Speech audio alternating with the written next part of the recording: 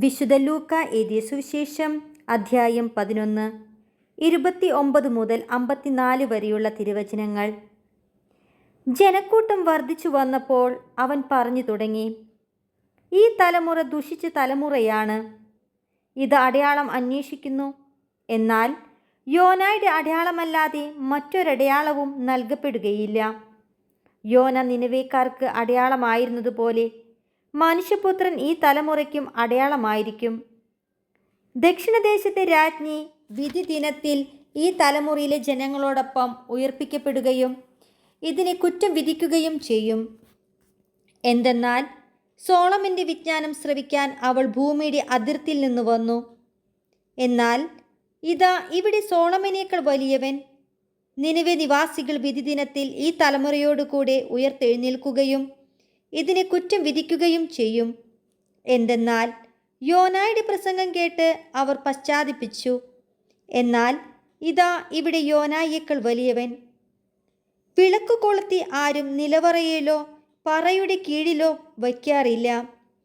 മറിച്ച് അകത്തു പ്രവേശിക്കുന്നവർക്ക് വെളിച്ചം കാണാൻ പീഠത്തിന്മേലാണ് വയ്ക്കുന്നത്. കണ്ണാണ് ശരീരത്തിൻ്റെ വിളക്ക്. കണ്ണ് കുറ്റമറ്റതെങ്കിൽ ശരീരം മുഴുവൻ പ്രകാശിക്കും. കണ്ണ് ദുഷിച്ചതെങ്കിലോ ശരീരം മുഴുവനും ഇരുണ്ടു പോകും. അതുകൊണ്ട് നിന്നിലുള്ള വെളിച്ചം ഇരുളാകാതിരിക്കാൻ സൂക്ഷിച്ചു കൊള്ളുക. ഇരുളടഞ്ഞ ഒരു ഭാഗവുമില്ലാതെ ശരീരം മുഴുവൻ പ്രകാശം നിറഞ്ഞതാണെങ്കിൽ വിളക്ക് അതിൻ്റെ രശ്മികൾ കൊണ്ട് നിനക്ക് വെളിച്ചം തരുന്നത് പോലെ ശരീരം മുഴുവൻ പ്രകാശമാനമായിരിക്കും. അവൻ സംസാരിച്ചു കൊണ്ടിരിക്കുമ്പോൾ ഒരു ഫരിസേയൻ തൻ്റെ കൂടെ ഭക്ഷണം കഴിക്കുന്നതിന് അവനെ ക്ഷണിച്ചു. അവൻ പ്രവേശിച്ച് ഭക്ഷണത്തിനിരുന്നു. ഭക്ഷണത്തിന് മുമ്പ് അവൻ കഴുകി ശുദ്ധി വരുത്താഞ്ഞതിനെപ്പറ്റി ആ ഫരിസേയൻ അത്ഭുതപ്പെട്ടു. അപ്പോൾ കർത്താവ് അവനോട് പറഞ്ഞു, ഫരിസേയരായ നിങ്ങൾ കോപ്പകളുടെയും പാത്രങ്ങളുടെയും പുറം കഴുകി വെടിപ്പാക്കുന്നു. നിങ്ങളുടെ അകമോ കവർച്ചയും ദുഷ്ടതയും കൊണ്ട് നിറഞ്ഞിരിക്കുന്നു. ഭോഷന്മാരി, പുറം നിർമ്മിച്ചവൻ തന്നെയല്ലേ അകവും നിർമ്മിച്ചത്? നിങ്ങൾക്കുള്ളവ ദാനം ചെയ്യുവിൻ, അപ്പോൾ നിങ്ങൾക്കെല്ലാം ശുദ്ധമായിരിക്കും. ഫരിസേയരെ, നിങ്ങൾക്ക് ദുരിതം! എന്തെന്നാൽ നിങ്ങൾ അരൂതയുടെയും തുളസിയുടെയും മറ്റെല്ലാ ചെടികളുടെയും ദശാംശം കൊടുക്കുന്നു, എന്നാൽ ദൈവത്തിൻ്റെ നീതിയും സ്നേഹവും നിങ്ങൾ അവഗണിച്ചു കളയുന്നു. ഇവയാണ് നിങ്ങൾ ചെയ്യേണ്ടിയിരുന്നത്, മറ്റുള്ളവ അവഗണിക്കാതെ തന്നെ. ഫരിസേയരെ, നിങ്ങൾക്ക് ദുരിതം! എന്തെന്നാൽ നിങ്ങൾ സിനഗോഗുകളിൽ പ്രമുഖ സ്ഥാനവും പൊതുസ്ഥലങ്ങളിൽ അഭിവാദനവും അഭിലഷിക്കുന്നു. നിങ്ങൾക്ക് ദുരിതം!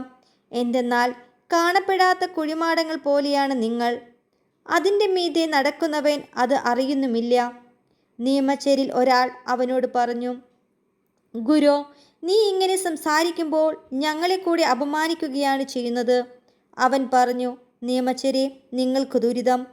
താങ്ങാനാവാത്ത ചുമടുകൾ മനുഷ്യരുടെ മേൽ നിങ്ങൾ കെട്ടിയേൽപ്പിക്കുന്നു. നിങ്ങളോ അവരെ സഹായിക്കാൻ ഒരു ചെറുവിരൽ പോലും അനക്കുന്നില്ല. നിങ്ങൾക്ക് ദുരിതം! എന്തെന്നാൽ നിങ്ങളുടെ പിതാക്കന്മാർ വധിച്ച പ്രവാചകന്മാർക്ക് നിങ്ങൾ കല്ലറകൾ പണിയുന്നു. അങ്ങനെ നിങ്ങളുടെ പിതാക്കന്മാരുടെ പ്രവൃത്തികൾക്ക് നിങ്ങൾ സാക്ഷ്യവും അംഗീകാരവും നൽകുന്നു. എന്തെന്നാൽ അവർ അവരെ കൊന്നു, നിങ്ങളോ അവർക്ക് കല്ലറകൾ പണിയുന്നു. അതുകൊണ്ടാണ് ദൈവത്തിൻ്റെ ജ്ഞാനം ഇങ്ങനെ പറഞ്ഞിരിക്കുന്നത്, ഞാൻ അവരുടെ അടുത്തേക്ക് പ്രവാചകന്മാരെയും അപ്പസ്തോലന്മാരെയും അയക്കും. അവരിൽ ചിലരെ അവർ പീഡിപ്പിക്കുകയും കൊല്ലുകയും ചെയ്യും. ലോകാരംഭം മുതൽ ചൊരിയപ്പെട്ടിട്ടുള്ള സകല പ്രവാചകന്മാരുടെയും രക്തത്തിന്, ആബേൽ മുതൽ ബലിപീഠത്തിനും വിശുദ്ധ സ്ഥലത്തിനും മധ്യേ വെച്ച് കൊല്ലപ്പെട്ട സക്രിയ വരെയുള്ളവരുടെയും രക്തത്തിന് ഈ തലമുറ ഉത്തരം പറയേണ്ടി വരും. അതേ, ഞാൻ പറയുന്നു, ഈ തലമുറയോട് അത് ആവശ്യപ്പെടും. നിയമജ്ഞരെ, നിങ്ങൾക്ക് ദുരിതം! നിങ്ങൾ വിജ്ഞാനത്തിന് താക്കോൽ കരസ്ഥമാക്കിയിരിക്കുന്നു. നിങ്ങളോ അകത്തു പ്രവേശിച്ചില്ല. പ്രവേശിക്കാൻ വന്നവരെ തടസ്സപ്പെടുത്തുകയും ചെയ്തു. അവൻ അവിടെ നിന്ന് പോകവേ നിയമജ്ഞരും ഫരിസേയരും കോപാകുലരായി പല കാര്യങ്ങളെപ്പറ്റി സംസാരിക്കാൻ അവനെ പ്രേരിപ്പിക്കുകയും അവൻ പറയുന്നതിൽ എന്തെങ്കിലും തെറ്റു കണ്ടുപിടിക്കാൻ തക്കം നോക്കുകയും ചെയ്തു.